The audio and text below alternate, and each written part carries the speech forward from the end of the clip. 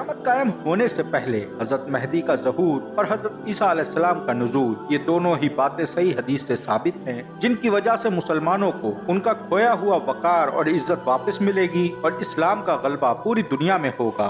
बल्कि रसूल अल्लाह सल्लल्लाहु अलैहि वसल्लम का किया हुआ वो वादा भी पूरा हो जाएगा कि जमीन पर कोई भी मिट्टी गारे का घर या ऊंट की खाल का कोई खेमा बाकी ना रहेगा जहां अल्लाह रब्बुल इज्जत अपने दीन को दाखिल ना कर दे। लेकिन हदीस और रिवायत से ये भी पता लगता है कि इन दोनों चीजों के पूरा होने से पहले भी कुछ और भी वाक़यात पूरे होंगे।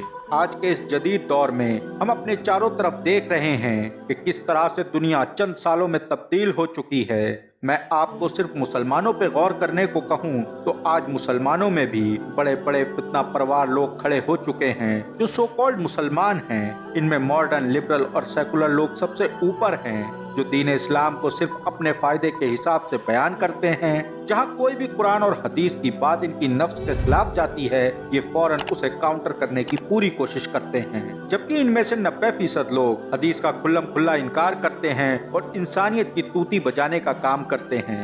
ये लोग इस्लाम को निजाम के तौर पर नहीं मानते और ना ही ये शरिया कानून के हिमायती होते हैं, खासकर जब शरिया कानून में सजा की बात आती है। अब सवाल पैदा होता है कि क्या ऐसे लोग हजरत इमाम मेहदी को तस्लीम कर लेंगे? तो बाज़ाहिर तो ऐसा लगता है कि ऐसे लोग तस्लीम तो नहीं करेंगे, अलबत्ता मुखालफत जरूर करेंगे। बल्कि इनके कारनामों से तो ये भी लगता है कि ये लोग दज्जाल के हिमायती बनकर सामने आएंगे और उसके हक में अल्लाह रब्बुल इज्जत से हिदायत की दुआ भी मांगे तो कोई बड़ी बात ना होगी।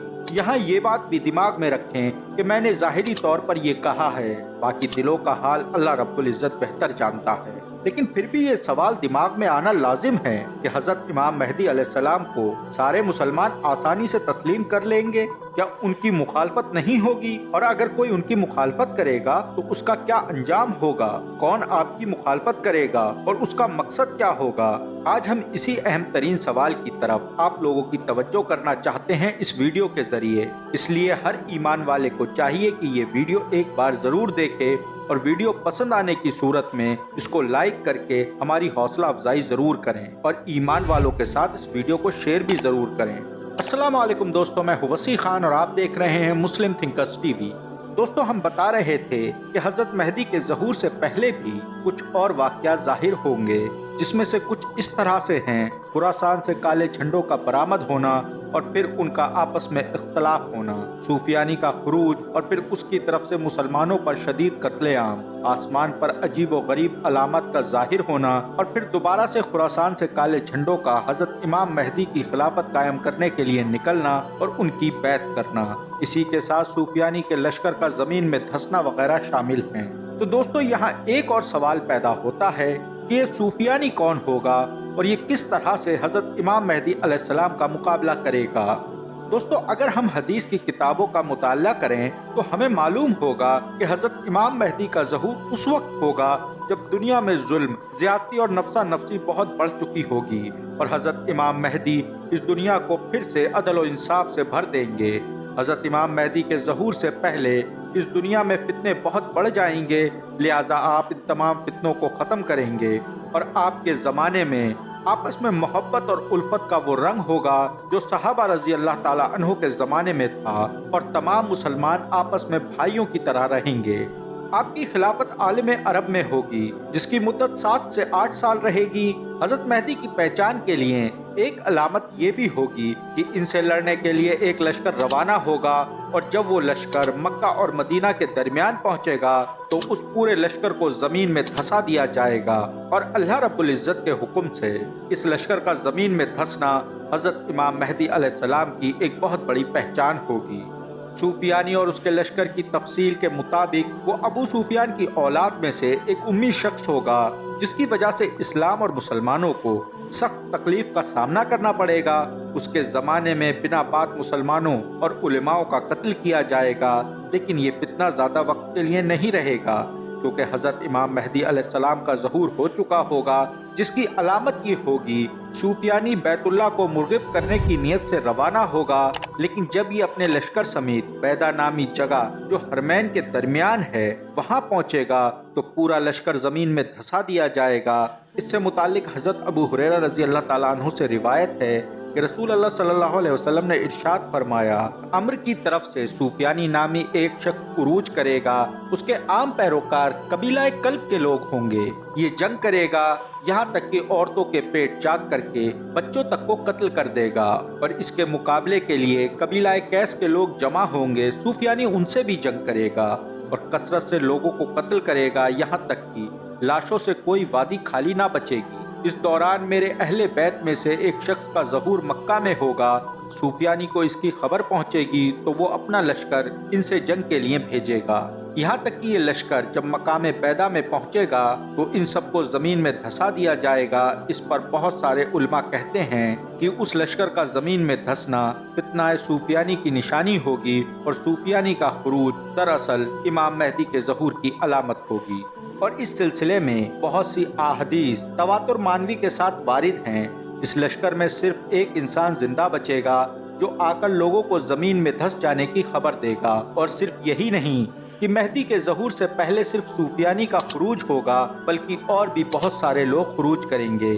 اس میں کچھ لوگ مصر سے خروج کریں گے، کچھ لوگ مغرب کی طرف سے خروج کریں گے، کچھ مڈل ایسٹ سے خروج کریں گے، کیونکہ اس وقت ساری دنیا کے مسلمانوں کو اس زمین سے مٹانے کے لیے کفر پوری قوت سے مسلمانوں پر مسلط ہوگا، اور ہر طرف سے اسلام کے مرکز خانہ کعبہ پر حملہ کرنے کی تیاریاں شروع ہو جائیں گی، اور اس کے کچھ عرصے بعد ہی امام مہدی کا ظہور ہو جائے گا۔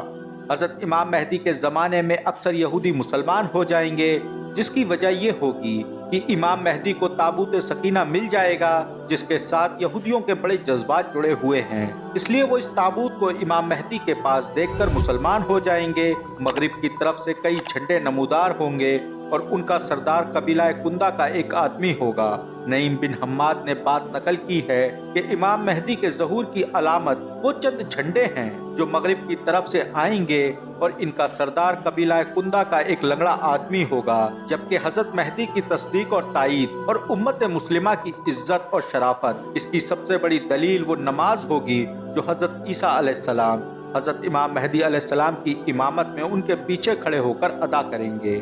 کچھ جھنڈوں والے لشکر کے سلسلے میں حضرت عبداللہ بن مسعود رضی اللہ تعالیٰ عنہ سے روایت ہے کہ رسول اللہ صلی اللہ علیہ وسلم نے فرمایا کہ مشرق کی طرف سے ایک قوم سیاہ جھنڈوں کے ساتھ آئے گی، اور وہ لوگ مال کا مطالبہ کریں گے، لیکن لوگ ان کو مال نہیں دیں گے، تو وہ لوگ لڑیں گے اور ان پر غالب آ جائیں گے۔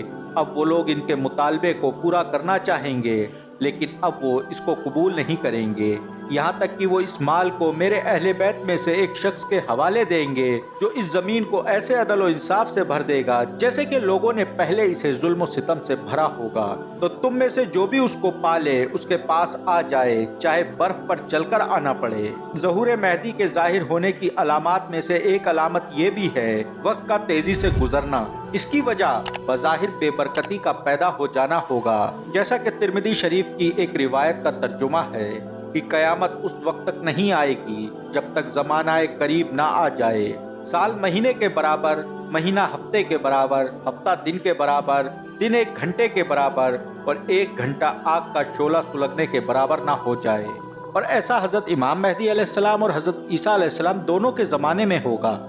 دوستو، یہ بات بھی واضح رہے کہ اہل سنت علماء کے مطابق حضرت مہدی علیہ السلام محمد صلی اللہ علیہ وسلم کی بیٹی فاطمہ الزہرا رضی اللہ تعالیٰ عنہ اور حضرت علی رضی اللہ تعالیٰ عنہ کی نسل سے ہوں گے۔ ان کا نام محمد ہوگا اور کنیت ابو القاسم ہوگی۔ ان کے پیدا ہونے کا ذکر نہیں ہے، لیکن ان کا 40 سال کی عمر میں ظہور ہوگا اور یہ ایک اسلامی خلافت قائم کریں گے۔ ان کا ظہور مکہ خانہ کعبہ سے ہوگا۔ حضرت امام مہدی علیہ السلام کے بارے میں بہت ساری روایت ہیں جو حدیث سے ملتی ہیں، جن میں سے کچھ پر شیعہ حضرات بھی یقین رکھتے ہیں، ان کا عقیدہ ہے۔ اس کے علاوہ شیعوں کا عقیدہ اہل سنت سے مختلف ہے۔ دوستو، ہم آخر میں آپ کو بتاتے چلیں کہ ہمیں حدیث کی کتابوں سے کچھ ایسی روایت بھی ملتی ہیں جن میں یہ فرمایا گیا ہے کہ امام مہدی کے ظہور کا انکار کرنا کفر ہے، جیسا کہ جابر بن عبداللہ انصاری رضی اللہ تعالیٰ عنہ سے روایت ہے کہ رسول اللہ صلی اللہ علیہ وسلم نے ارشاد فرمایا کہ جس نے قائم مہدی کا انکار کیا وہ ان تمام چیزوں پر کافر ہوا جو محمد رسول اللہ صلی اللہ علیہ وسلم پر نازل ہوئیں۔